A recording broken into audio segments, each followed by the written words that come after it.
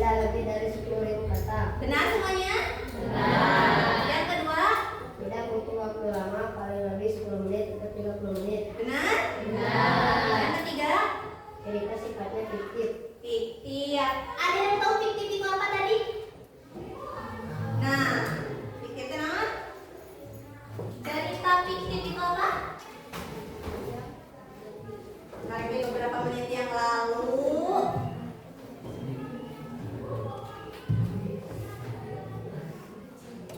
Cerita yang tidak nyata atau karangan penulisnya saja.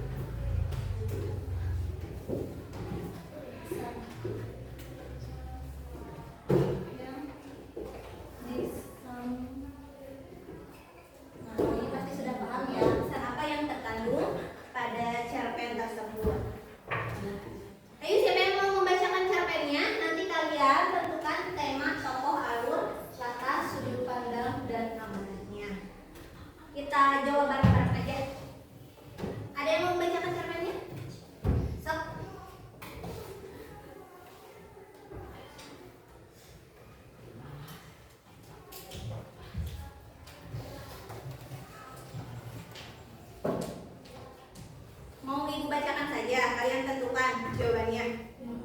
Itu aja ya. Kita cari temanya dulu. Dengarkan baik-baik, lalu kalian tentukan tema, tokoh, alur, latar, sudut pandang. Judulnya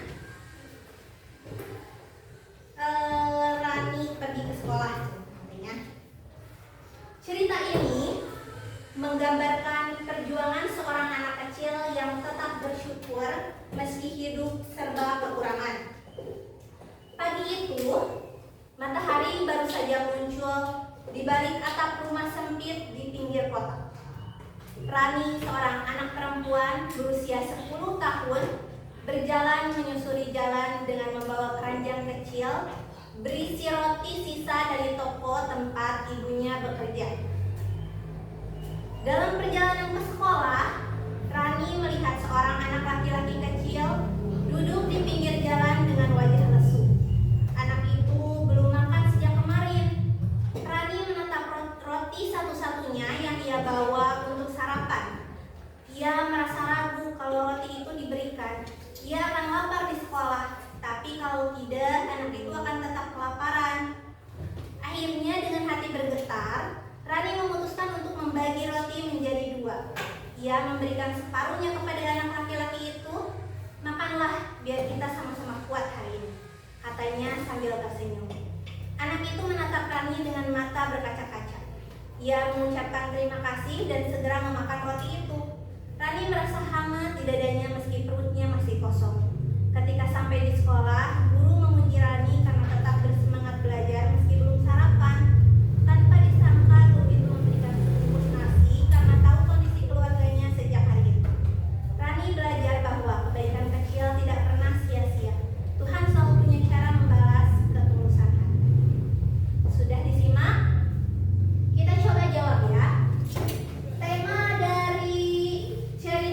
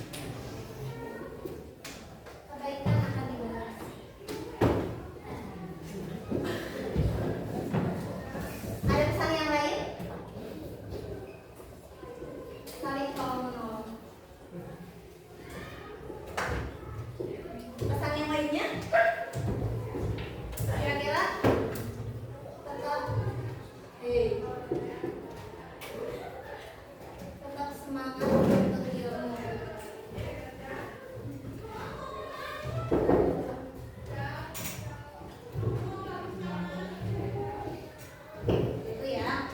Paham sekarang cara membedakan tema, tokoh, alur, latar. Nanti kalau ada pertanyaan serupa bisa menjawabnya.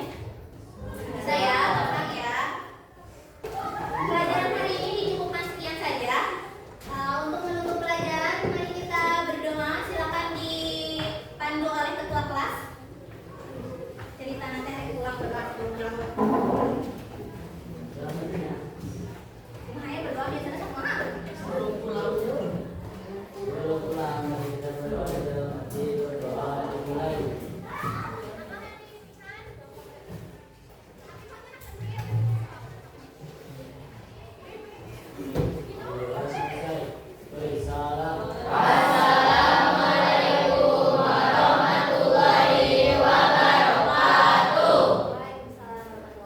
Terima kasih ya semuanya. Nanti kalau ada kesempatan kita ketemu lagi. Nggak tahu nanti ngajar di kelas ini lagi atau di kelas yang lainnya. Sekarang kan masih ada pelajaran berarti berapa jam lagi atau berapa menit lagi? Jangan main di luar, boleh di kelas aja ya.